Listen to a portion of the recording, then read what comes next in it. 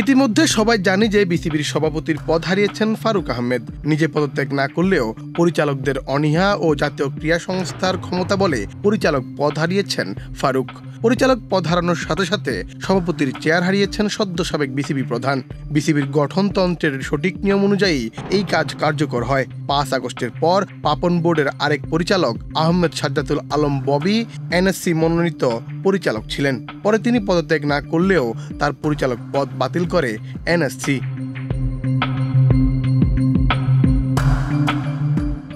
দেশের ক্রিকেটের উন্নতির কোনো খবর না এলেও বিসিবি পাড়ায় সাংবাদিকদের ভিড় ফারুক কাণ্ড নিয়ে। নানা রকম আধিপত্য, একক সিদ্ধান্ত সহ স্বেচ্ছাচারিতার কথা তুলে এনে অনীহা প্রকাশ করেন ৮ পরিচালক। এতে করে তার পরিচালক পদ বাতিল করে জাতীয় ক্রীড়া পরিষদ। সাথে সাথে সভাপতির পদও হারান ফারুক। ফারুকের মতো একই অবস্থা হয় নাজমুল হাসান পাপনের বোর্ডের পরিচালক আহমেদ সাজ্জাতুল আলম ববির। ৫ আগস্টের পর এনএসসির সচিব বলেছিল, সরকার চাচ্ছে বিসিবির কাউন্সিলর এবং পরিচালকের পদ থেকে তিনি যেন পদত্যাগ করেন।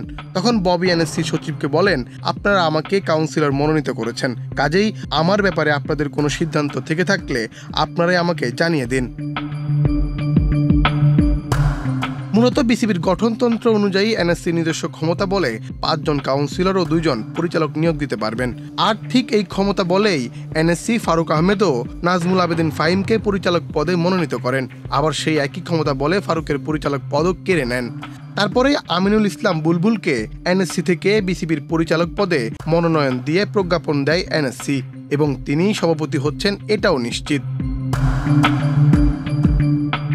এ নিয়ে সামাজিক যোগাযোগ মাধ্যমে একটি লেখা পোস্ট করেন সিনিয়র ক্রীড়া সাংবাদিক মোহাম্মদ সিকান্দার আলী। তিনি এই আইনকে সরকারি হস্তক্ষেপ আইন বলে আখ্যায়িত করেন এবং এই আইন নিয়ে কাজ করতেও বলেন এই ক্রীড়া সাংবাদিক। তিনি বলেন, বিসিবি তার গঠনতন্ত্রে একটি কালাকানুন রেখে দিয়েছে। এনএসসি থেকে ৫ জন কাউন্সিলর ও ২ জন পরিচালক মনোনয়ন। এই বিধানের প্রথম শিকার আহমেদ সাজ্জাতুল আলম ববি, দ্বিতীয় শিকার ফারুক আহমেদ।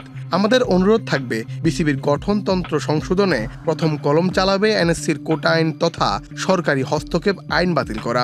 এই আইন বাতিল না হলে আইসিসির উচিত হবে বিসিবির গঠনতন্ত্রকে সমর্থন না দেওয়া। আমিনুল ইসলাম বুলবুল সভাপতির দায়িত্ব নিয়ে এই কাজটি করলে ভবিষ্যতে ববি বা ফারুক আহমেদের মতো সম্মানিত ক্রিকেট সংগঠকদের অপমানিত হয়ে বিসিবি ছাড়তে হবে না। মুন্না চন্দ্র দাস, বাংলাদেশ প্রতিদিন।